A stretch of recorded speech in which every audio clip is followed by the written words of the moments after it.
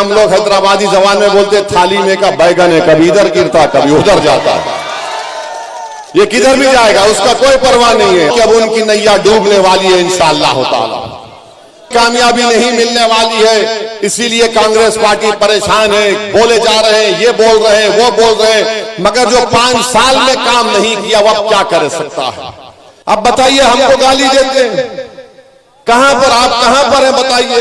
राजस्थान में इनकी सरकार थी कांग्रेस की, जब जुनैद और नसीर को घाटनिका में जिंदा जला दिया गया, जब उनकी जली हुई लाशें मिली तो उनके घर को सबसे पहले पहुंचने वाला हैदराबाद से उसका नाम असदुद्दीन ओवैसी था।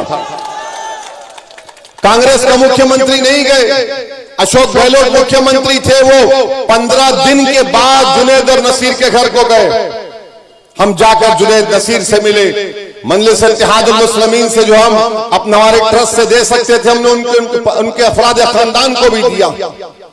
आपको हम बता रहे हैं CAA का कानून आया तो मजलिस इत्तेहादुल मुस्लिमीन ने उस कानून की कापियों को फाड़ दिया, पार्लियामेंट में कहा काला कानून है, उसको कबूल नहीं करते। ट्रिपल तलाक का कानून 3 मरतबा आया तो मौलाना असरार कासमी को कांग्रेस ने बोलने नहीं दिया, 2 मरतबा जावेद नहीं बोल सके ट्रिपल तलाक के ऊपर। ये अलग बात है कि उनको ट्रिपल तलाक है शायद मालूम भी नहीं होगा मालूम। UAPA का कानून नहीं मालूम।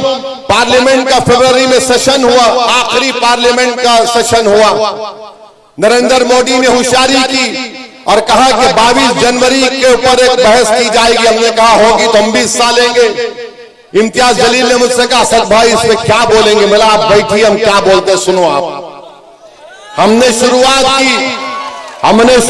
की कि 22 जनवरी इसलिए हुआ क्योंकि कांग्रेस ने जब GB पंत उत्तर प्रदेश के मुख्यमंत्री थे उन्होंने बाबरी मस्जिद को नहीं बनाया। 22 जनवरी इसलिए हुआ कि जब कांग्रेस का वजीर आजम था बगैर मुसलमानों को सुने बाबरी मस्जिद के लॉस को खोल दिया गया, ताले को खोल दिया गया। 22 जनवरी इसलिए हुआ क्योंकि 6 दिसंबर को बीजेपी, संघ परिवार, विश्व हिंदू परिषद, बजरंग दल ने सुप्रीम कोर्ट को जाकर कहा था कि मस्जिद को हाथ नहीं लगाएंगे, मस्जिद को शहीद कर दिया। इसीलिए 22 जनवरी हुआ। तो मेरे अजीज दोस्तों और बुजुर्गों, उस दिन हमने बीजेपी के 300 MPs के सामने खड़े होकर कहा यह इंसाफ का मुद्दा है, इसीलिए हम खड़े होकर पुकार कर कह रहे हैं कि हमारा मानना यह कि जब मस्जिद बन जाती है जमीन से लेकर तहत-उस-सुरा तक मस्जिद होती है और मस्जिद इंसान की नहीं होती है, वो अल्लाह उसका मालिक होता है। इसलिए हमने पार्लियामेंट में खड़े होकर कहा कि बाबरी मस्जिद जिंदाबाद, बाबरी मस्जिद जिंदाबाद।